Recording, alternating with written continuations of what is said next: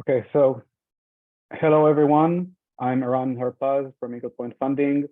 Welcome to this AMA hosted by Eagle Point Funding Data Showcase, and we have with us Dr. Eileen Chant from the DOE, who is kind enough to join us today and give us answer some of our questions and share from her experience in working with the DOE SBIR. We'll have a number of questions that we asked her during this meeting. So first of all, this recording is being this webinar is being recorded, and we will share everything with you afterwards. So as I said, my name is Eran Harpaz. I'm the VP of Consulting Services at Eagle Point Funding. Eileen Chant will give her an opportunity to present herself a little bit down the line. She's the outreach manager for the Office of the SBIR and the CTR programs. We'll have a very short review of Eagle Point Funding and a little bit of what we're doing, and then we'll give the stage to Eileen to talk about the DOE and other initiatives that they're going through. And then after that, we'll have a number of questions to go through, and some Q&A for you guys to ask. Feel free to drop your questions as we go on the Q&A section, and we'll either answer them as we go or afterwards, after we finish up the question that we had prepared for Eileen, we will ask you for.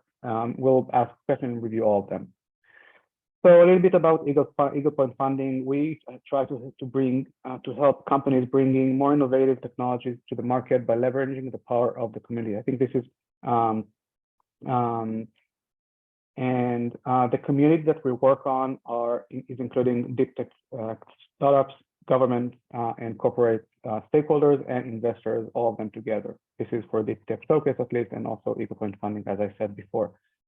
The Deep Tech Showcase is focusing on helping companies bridge the value of death for startups, basically moving from being a startup to being a self-sufficient company with significant income, sales, and a background, and backing themselves up through dilutive funding or mainly from sales. We know that companies sometimes have problems moving from the development phase to actually making business and making money from their innovation. So that's where Deep Tech Showcase come in.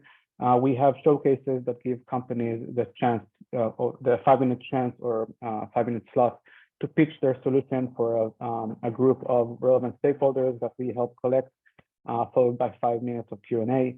We have one each month. The next one is the Aerospace and Defense Showcase at the end of the month. You can reach out to us to see about joining the event and talking there. Usually we have about 50 relevant panelists that are participating actively in this event. Also, we have a number of other similar number of just participants who are not asking questions, but are just there to listen and to get exposure to the companies who are participating there. At each event, we have about 15 companies who are participating and presenting their technology. And after that, we help create the next steps and communication between the companies and the stakeholders, hopefully to advance them towards making some connections and contacts between them and between their stakeholders. Today's agenda, as I said, we're going to spend about 10 minutes introductions and talking about who is Deep Tech Showcase and Eagle Point Funding and what we do. After that, Dr. Chant will be giving a brief introduction about the DOE SBIR and the CTR office and her initiative. After that, I'll ask some questions and we'll get some answers about the DOE and the SBIR CTR program. Then we'll have the open topic, open Q&A with the audience. Again, feel free to shoot your messages and questions on Q&A. I see there's a question on chat. If it's possible to move it to the Q&A, it would be easier for us to review all of them and answer them as we go. So, as I said, Deep Tech Showcase, as I said, is helping companies to raise funds or advance their business on the business side, working with stakeholders from the business, government, and federal world. Eagle Point Funding, on the other hand, are helping companies raise non-dilutive funding from different agencies to support their R&D activities. If we're looking right now on what we expect to see on Q4 and Q1, and a little bit also in Q3, the quarter that we are currently in, we expect to have a lot of opportunities coming in towards the end of the year, and also even more so towards the beginning of next year, between the SBIR from DOE, which is expected to be pre-published very soon, the NASA SBIR and NASA Ignite at the beginning of the year, Department of Homeland Security through SBIR and SBIP, the NOAA SBIR and their long-range BAA, NIST, also SBIR and different opportunities that are published, Department of Defense, which tomorrow the Navy, or on Thursday, the Navy is expected to publish their first open topic SBIR, and they have their long-range BAAs and their open topics as well. And the DoD is going to publish in a couple of months their next DoD cycle, which usually towards the end of the year and the beginning of the year, they're pretty big topics or big cycles. Air Force and Space Force have their open topics, NSF have their SBIRs. So there's a lot of work and a lot of opportunities for companies, not to mention the DOE with all their bills and big demonstration and upscale projects, CHIPS Act. So now is a very, very good time to look into the federal government and to see what's available for funding. If you have not done so yet, then I do suggest to start doing it now. We, as Eagle Point Funding, the key for our success or our approach is that we think, or we hope that we understand the federal funding system. We know what they're looking for, where to look for opportunities, how to write them, and how to apply. We try to find as many opportunities as possible for each company that we work with to apply for as many opportunities and to increase the chances of success. And we tell your story of your technology in a concise and compelling manner, again, to improve the chances of success and to improve the way or help the reviewers understand what you're doing and get to the point and understand what you're doing, basically. Working with us, usually what we do is we try to have a kickoff, start the process roughly 1 to 3 days after you sign the agreement. We start working on the first proposal almost immediately, hoping to submit the first one within the first month. On average, it takes us about 4 to 6 weeks per submission as we go forward and move and time goes by during our work with the company. We hope to reduce the time. On average, a company submits 5 to 10 submissions over 9 months. Obviously, some of them submit way more than that. And there's no limit to the number of submissions that we're doing. We had companies that did 20 submissions and even more than that in 9 months. And so, we try to get to the power in numbers and help you reduce the workload on that end of list. So very briefly, this is us. Now I think we'll give the stage to Eileen. Dr. Chant, can you share a screen? Do you have the presentation ready for you? Okay. Yep. How's that? Yeah, we can see my slides. Yeah. Okay. How's that? Good. Yeah. Perfect. All right. Hi, everybody. Happy to be here and talk to you about DOE, SBIR, STTR funding opportunities and kind of point you hopefully in the right direction, as well as mention other opportunities that you can look into as well, because you're really most interested in finding funds to develop your technology. You don't really care if it's DOE, SBIR, or some other agency. You should be kind of out there looking at multiple sources of funding without spreading yourself too thin at the same time. So I'm sort of jumping into this. I only have 10 minutes, so I'm assuming people kind of know about SBIR, the federal programs. There's 11 agencies that have SBIR programs. DOE is the third largest of the agencies. Our grants are in excess of $300 million a year. As you hopefully everybody knows, it's non-dilutive funding. You don't have to pay it back. We don't take a piece of your company. You keep all your intellectual property and your data as well. So, and we operate in the space for early stage ideas. So this is generally for phase 1 is a feasibility study. and it involves proving feasibility or proof of concept of an idea you have. So we operate in that pretty early stage where you probably have trouble getting, venture capitalists interested in investing your idea until you kind of get some of the information down on paper and then get your prototype developed, and that type of thing. So we try to operate in that early stage. One of the unique things about our program that you should be aware of is that a letter of intent is required about 6 weeks after the topics come out. You do have to submit a letter of intent. More on that later. And then the other really important thing about our program is that we do issue very focused topics. So the very most important thing about submitting a DOE application is that there has to be a topic that's a really good match for what your technology is, what the type of technology you're developing. You have to really be using your technology to solve the problem or address the issue in the topic. The DOE's topics are aligned with our mission. Makes sense. But what many people don't know is that in addition to leadership in clean energy, our mission is threefold. We also are expected to provide leadership and advance understanding of basic energy and engineering sciences. That's a lot of what the national labs do and the universities, but we want to pull small businesses into helping with that part of our mission.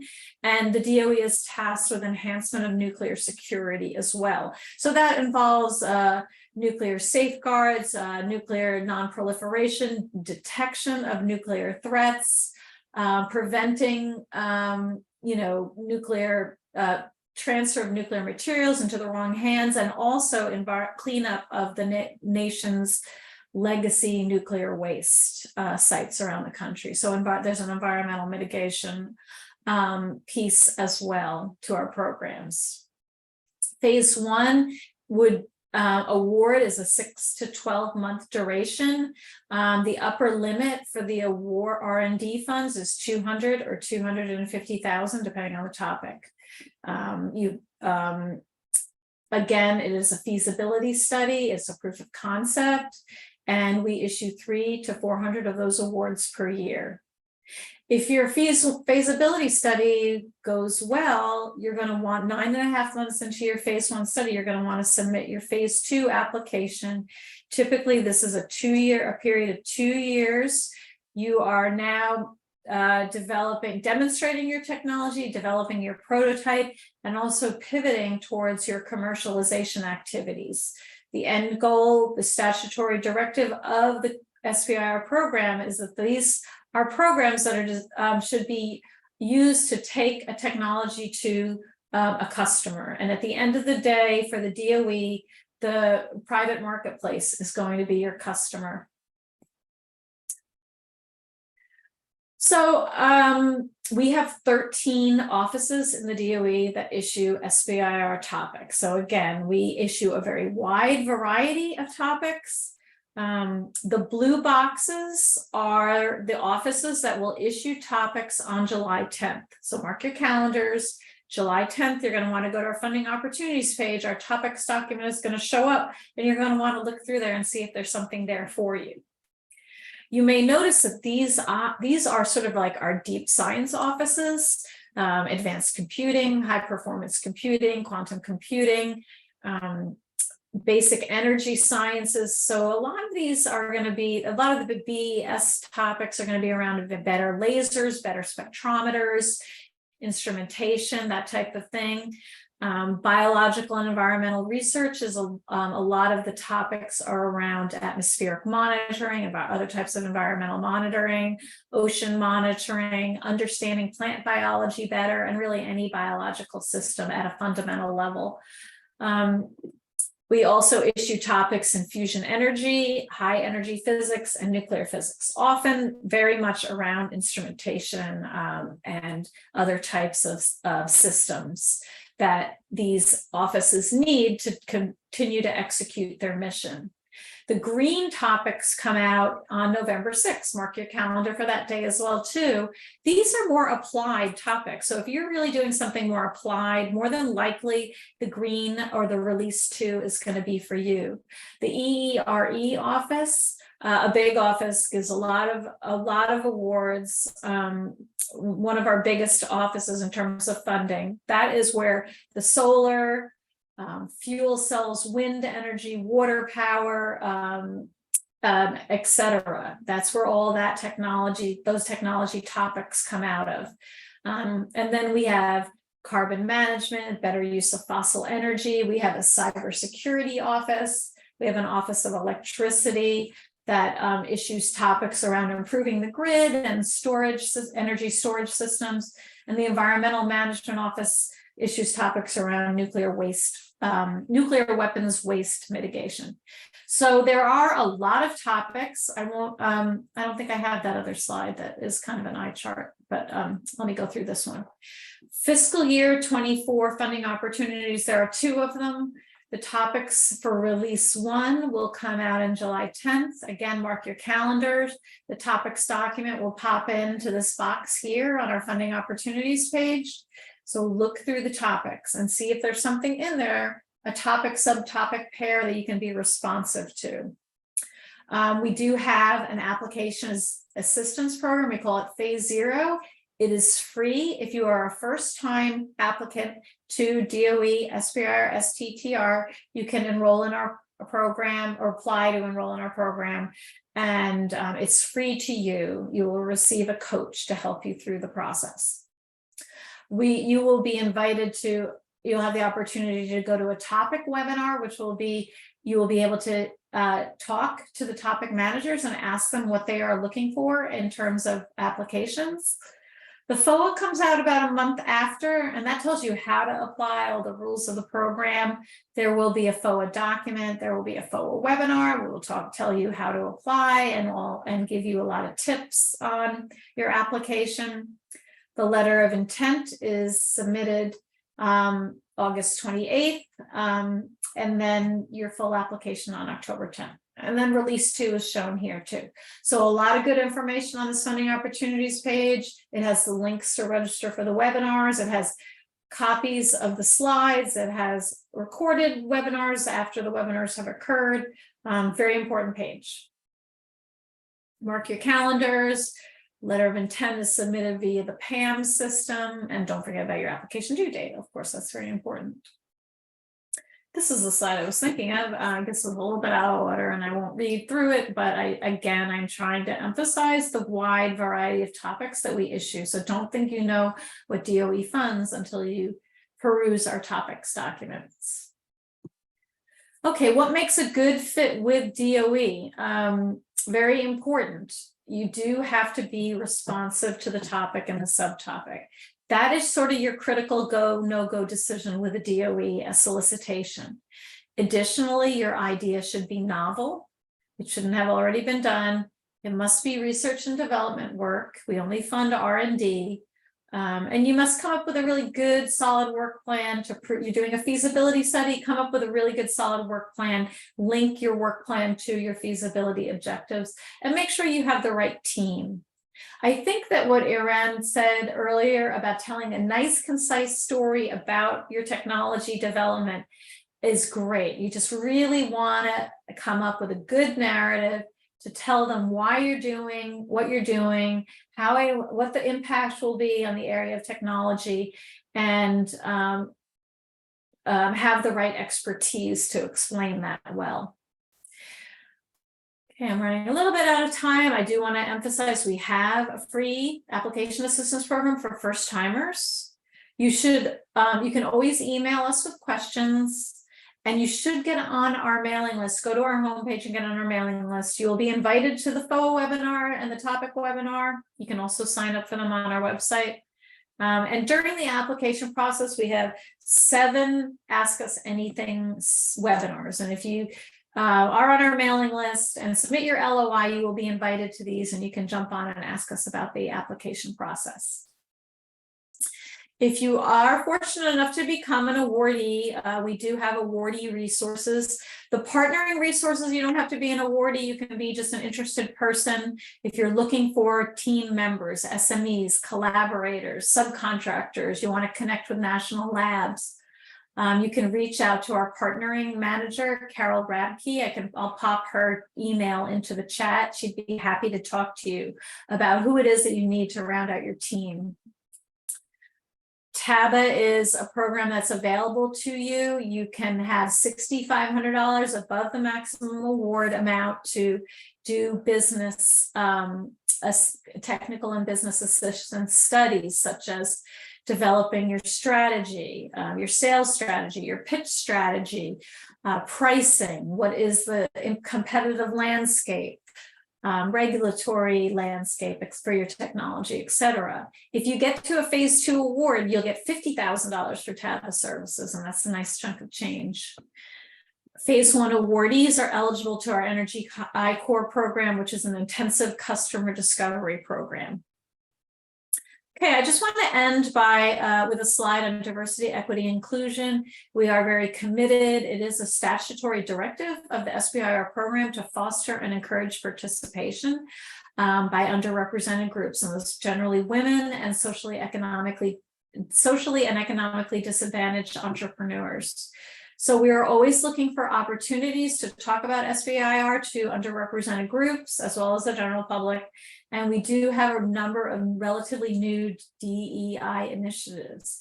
You can see we are making progress over time in terms of awardees. The green line are women-owned businesses receiving awards.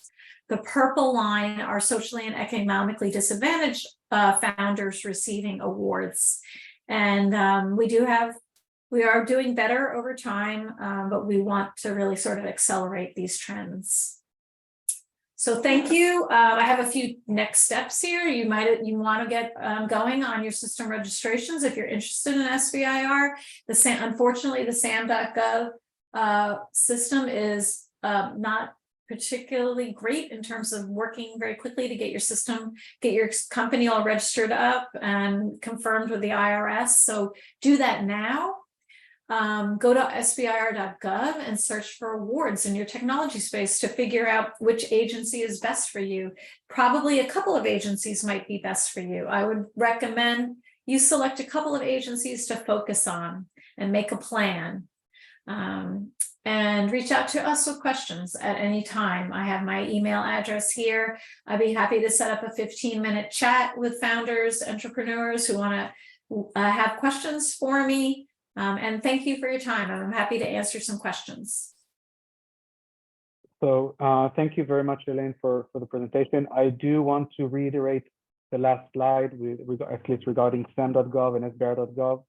SAM.gov takes roughly a couple of months or more than that to accept and to finish up the registration. It takes a long time.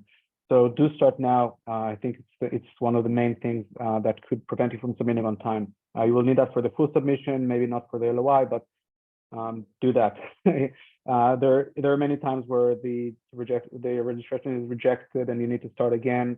So I do suggest to start it now. So right now, what we're going to do, we're going to move forward for some questions that we had prepared, and after that, we'll go for the Q&A. So Ellen, can you tell us a little bit about your background and your current role at the DOE and the SBIR office? Yeah, I'm a mechanical engineer by training. I spent 30 years in industry, working as a mechanical engineer in the energy industry. I did a lot of different things: renewable energy, fossil fuels, utility support, hydrogen systems. And after 30 years in private industry, I also supported startups with their understand their technology. I did a lot of computer modeling and performance type work. But 2.5 years ago, I became the outreach manager at DOE, SBIR, STTR to do something totally different. And why not? So it's been a really fun job, but my job is to elevate awareness about the program and to help applicants understand kind of what their next steps are. And we also try to help applicants in other ways. I manage the Phase 0 program. We do conduct market research studies in technology areas, and many of those studies are available on our website to the public. They contain a lot of good marketing information about SBIR topics, so take a look at that on our website. So that's kind of my role. Okay. And what would you say is the process to commercialization with a DOE, or rather, you know, is the DOE expecting to become a customer or to use it, or just help the company advance their technology forward towards commercialization? It's definitely the latter. We are not going to be your customer most likely. Now, maybe if you're developing some kind of detector, you'll be selling some to the national labs, but that's not necessarily going to be a big enough marketplace for your company to really flourish. So you do have to be looking at adjacent markets for your technology. So if, you know, maybe one of the topics that comes out and it's some kind of detector for the nuclear physics accelerator, you have an idea how to solve that problem, that's great. But unless you have an idea what you're going to do with it, what your business is going to do with it, you probably don't want to just submit the proposal just for the sake of submitting it.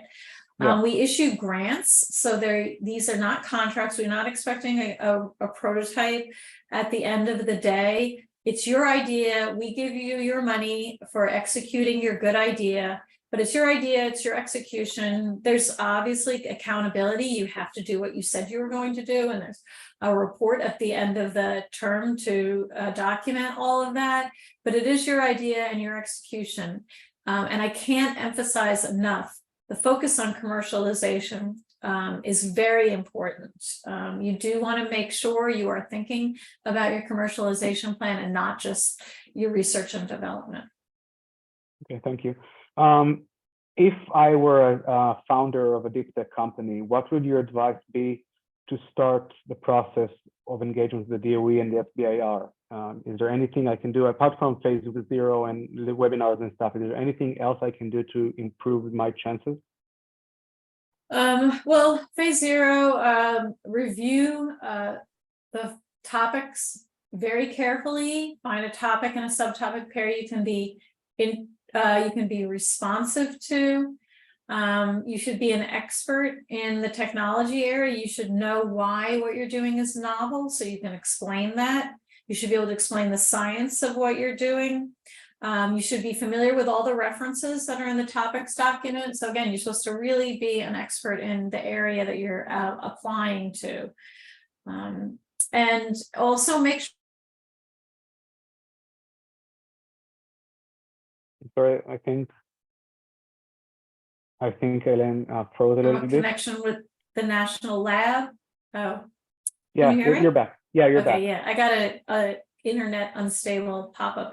If you feel like you could benefit from a connection with the national labs, Carol can try to help you with that.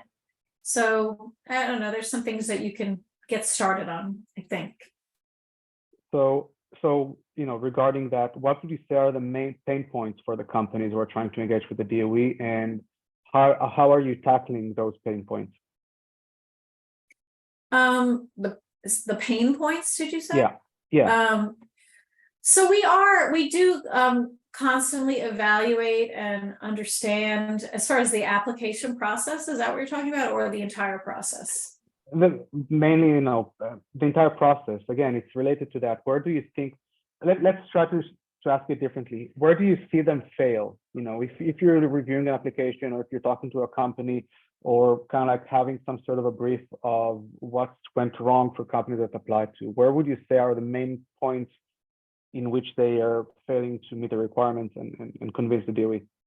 So, I mean, probably people fail at different places, but I think maybe not looking for being responsive to the solution, you know, providing a clear solution to what the program manager is looking for.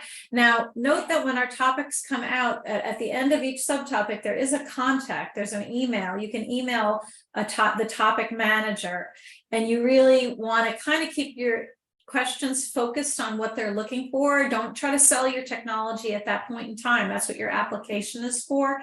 But you can email them, send them focused questions, because they are busy people, about what would be a good fit with the topic that you're thinking of applying for. And if you fail the first time, it's very important that you read the reviewers' comments. There are 3 external technical reviewers who determine whether your application is meritorious or not. And then the program managers will take the meritorious applications and rank them from high to low. And we always receive more meritorious applications than we have funding for. So the highest ranked applications are the ones that receive funding. So that's how the process works. And, you know, the main points that are on my slide about what makes you a good fit are really the ones to pay attention to. Okay. Are there any specific priorities for fiscal year 2024 that you're seeing as far as technologies or market needs or pain points for the market? So the topics haven't come out yet, and I don't actually know what the topics are until they come out. The current administration does have emphasis on obviously clean energy transition, and the bipartisan infrastructure law did provide additional funds for that type of technology development. So there's a lot there. And in addition to that, the current administration has issued an executive order on racial equity for the energy transition. And so if you look at our topics, and I recommend that people go back and look at fiscal year 23 topics to get an idea. They're closed, but get an idea of what it is we fund.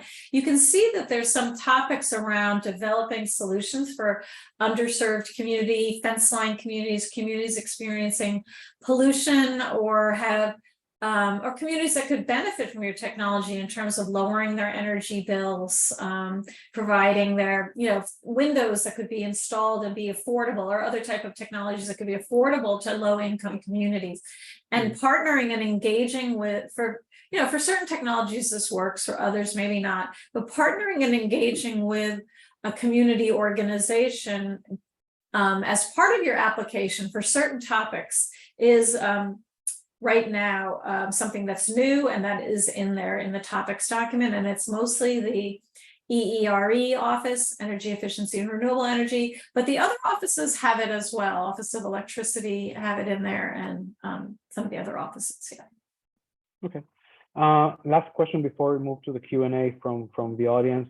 What are your thoughts on the new SBIR reauthorization guidelines that required more open topics and more dual-use technologies to be applied for the different agencies? Has it affected your priorities, or do you expect it to have any impact on the DOE moving forward for 2024 and after that? We believe that if you look at our past topics document, you can see that we have a topic, and it might be something like advancing nuclear energy components in nuclear energy system. And then then there's subtopics that are very specific, maybe a certain type of heat exchanger or film coating but then at the end, there's an other. And so that's not like a super broad category. That's just anything that will advance and improve nuclear energy system. That is kind of going to be, that's what we've done in the past. And for the time being, that we're not planning on changing that. That is kind of considered it's open enough. As far as, of course, Congress is concerned about technology theft abroad, very concerned about it, especially by foreign countries of concern. And there's a new form that came about as a result of the authorization. It's a foreign relationship disclosure form.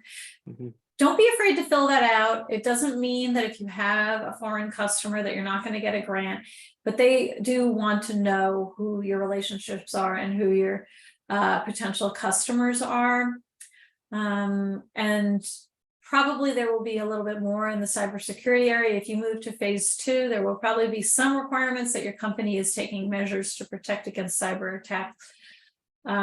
So there are some new things in that authorization that unfortunately cause a little bit more in the requirements area for the applicant. The dual use technology question, I'm not 100% sure. I haven't heard about that affecting our program. Okay. Do you want to elaborate on that? I think it's more towards agencies that provide grants, contracts and not for grants. But okay, I think we understand. You answered the question, and we understand that right now it seems that As far as an open topic like the Air Force or Army or Navy have, there isn't expected to be one, but there is some more drill down towards foreign either ownership or business that the company does. Not something to be considered, to be concerned about, just needs to be provided information to the agency. Okay, so thank you very much for that. And now let's move on to some of the questions on the Q&A. So we have one question. I have a design for a new capacitor that would have much higher power density than conventional batteries or other capacitors. Can I submit a grant application for this to the DOE? If so, to whom would I submit it? So we're an administrator of office of the programs. What you need to do is put those topics release dates on your calendar and go to the funding opportunities page on those days and see if there is a topic for you. Now, it's from what you're saying about your technology, it looks like there could be it's very likely there could be a match for you. So get on our mailing list by going to our homepage. I'll type that in. And check the topics. And if you are super new to DOE, SBIR, STTR, get help with your grant application. There's the Phase 0 program, and there's other opportunities to get assistance. I would also suggest to look at the readiness level of your technology to make sure that you fit the requirements for readiness level from the DOE. If you have something that is already in the market, it may be too late, let's call it this way, or if it's too early, it may be too early for you, regarding a TRL. So I think, yeah, that's a really good point. It does have to be an early stage idea. Now, sometimes you can you have this technology and it's developed to a certain point, but you might be tweaking it to meet one of the needs that's in the topics. And in that case, that's fine. You're saying, I'm going to see if I can take my technology and apply it to this XYZ. That's fine. That's considered perfectly suitable. But you also want to make sure that that's part of the mission of your organization, of your company. You don't want to just go off in a different direction unless it makes sense. Yeah. There are several questions here about a link to the topics or the solicitation or Phase 0.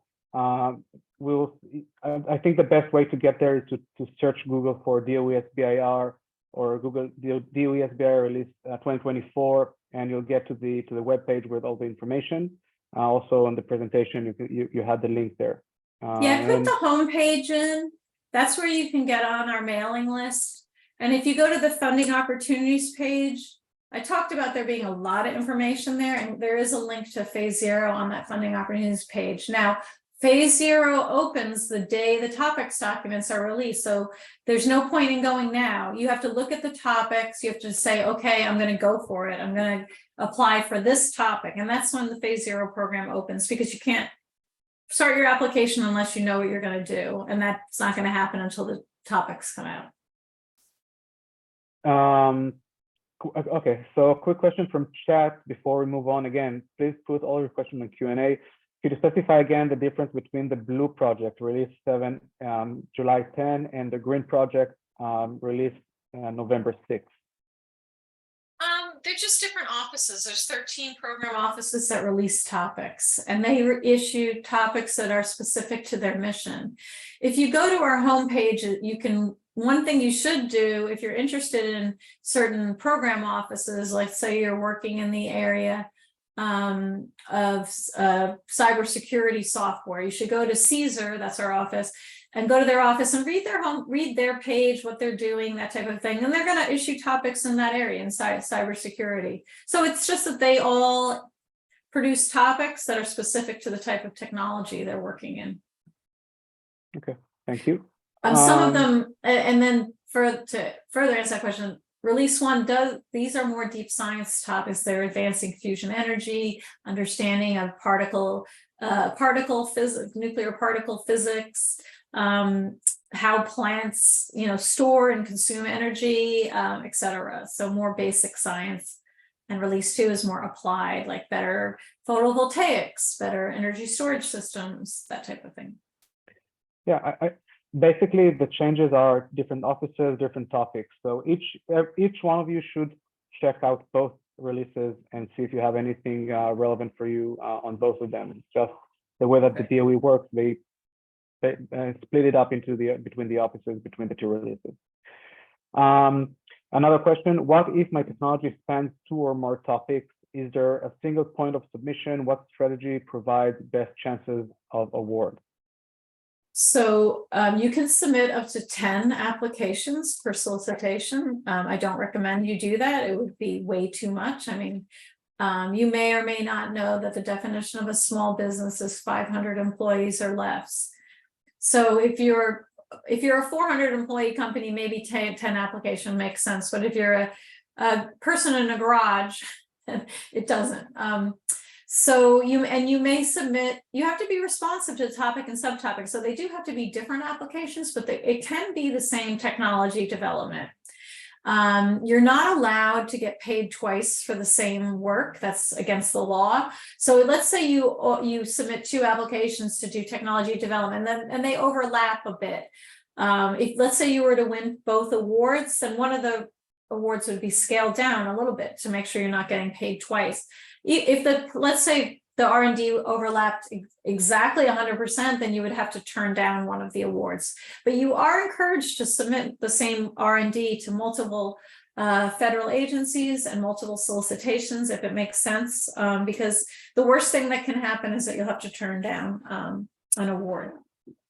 And I think also you need to make sure that if you submit, to different topics, you need to make sure that the submission itself, if there is overlap between the projects on the technology, you need to let the DOE know that you have submitted a similar project or a significant similar work for the DOE or for other agencies. And again, worst case, you'll need to choose which project you want to move forward with.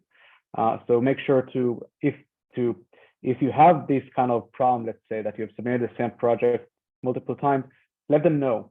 It won't prevent you from being awarded, but you don't want to commit any fraud, or you don't want to let them to mislead the government. So that's one thing that I can suggest.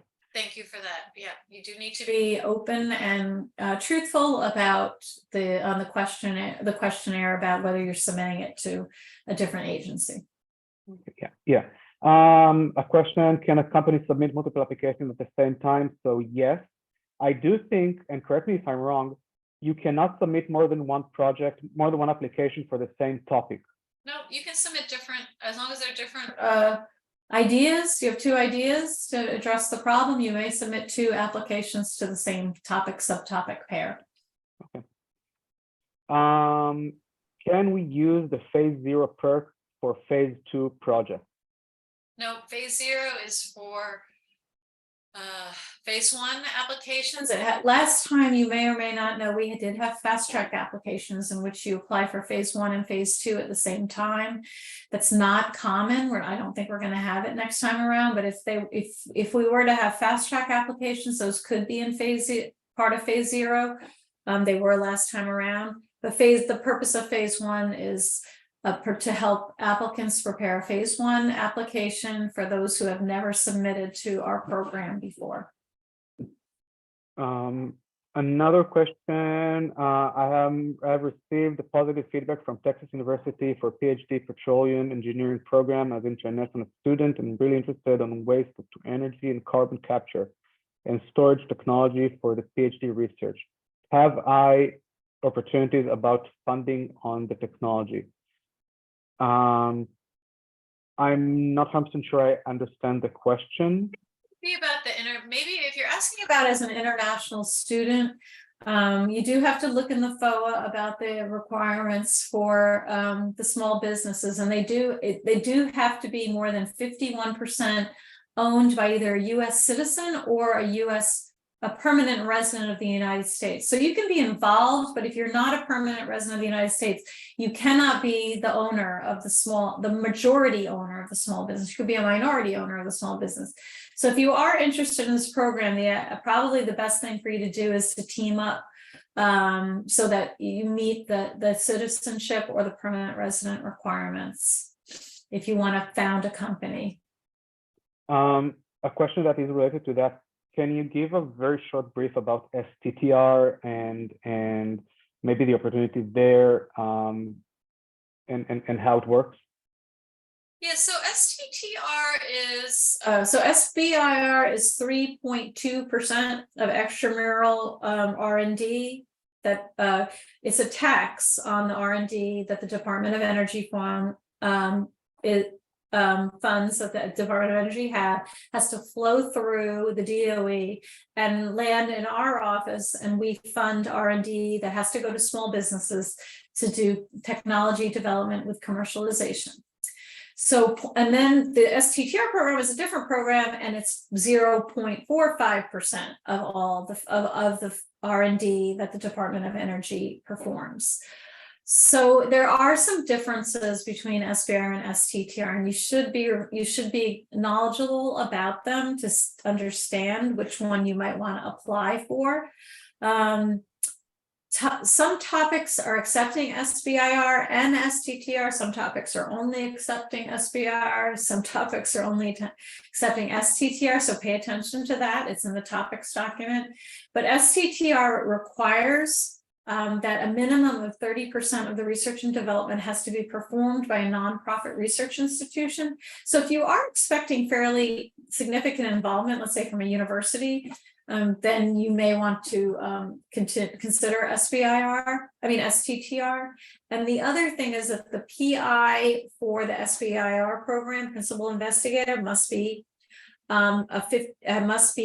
majority employed by the small business. But for STTR, the PI can be either an employee of the small business or the research institution. So if the PI is working at a university, you probably want to consider an STTR grant.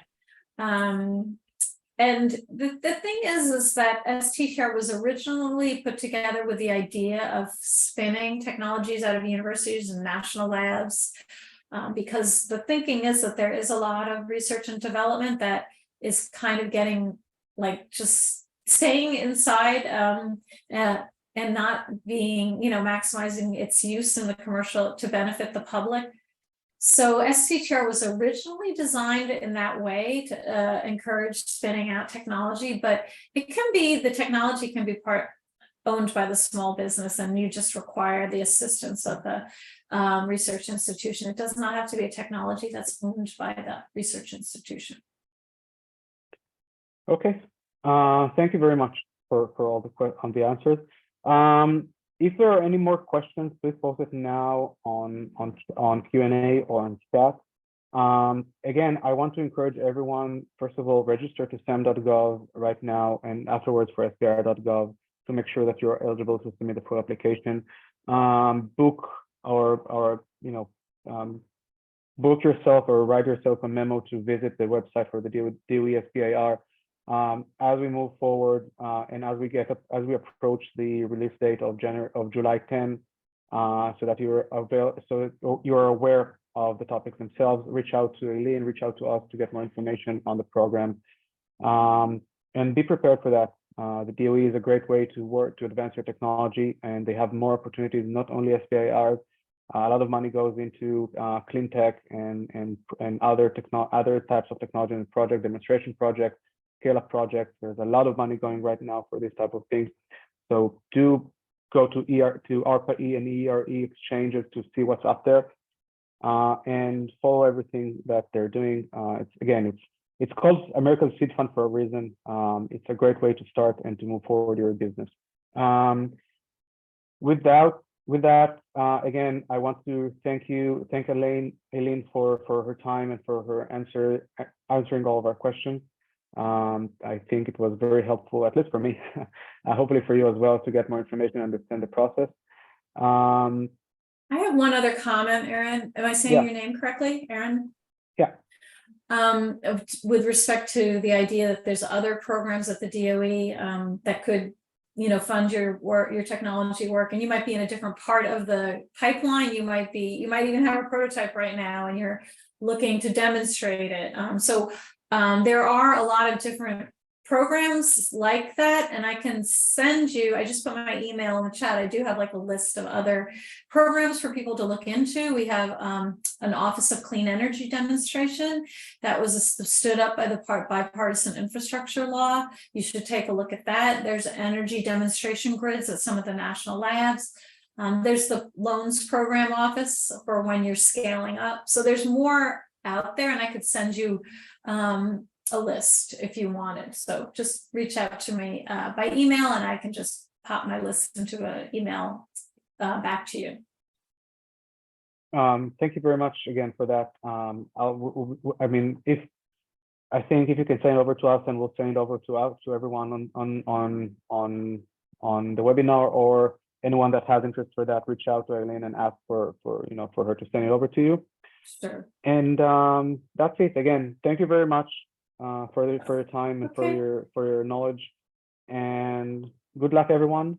And Thank you, see everyone, guys. for your time. Thank you very much. Thank you Bye-bye. very much.